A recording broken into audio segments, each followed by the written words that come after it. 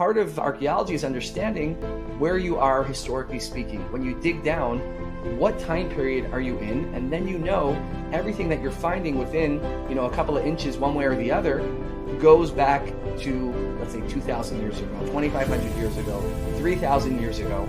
Every bucket or bag that comes out of the excavation is labeled.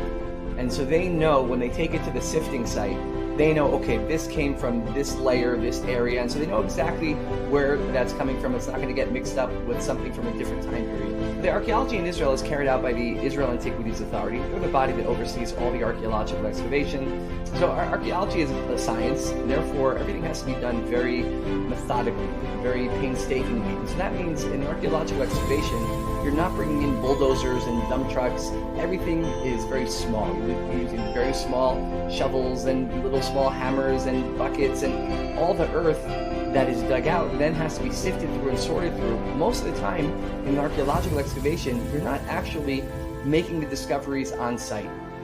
What ends up happening is you're going to dig and you're going to fill up bags with earth, and then those bags have to be sifted through and sorted through, and it's during that sifting process most often when these discoveries are going to be made, whether it's ancient coins or inscriptions or maybe ancient weapons or mosaics or whatever it is, that comes out in the sifting process.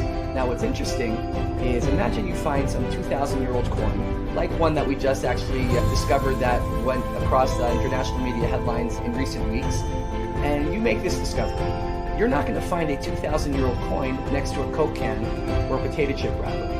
One of the ways that archaeologists are able to date things, it has to be found in a certain context.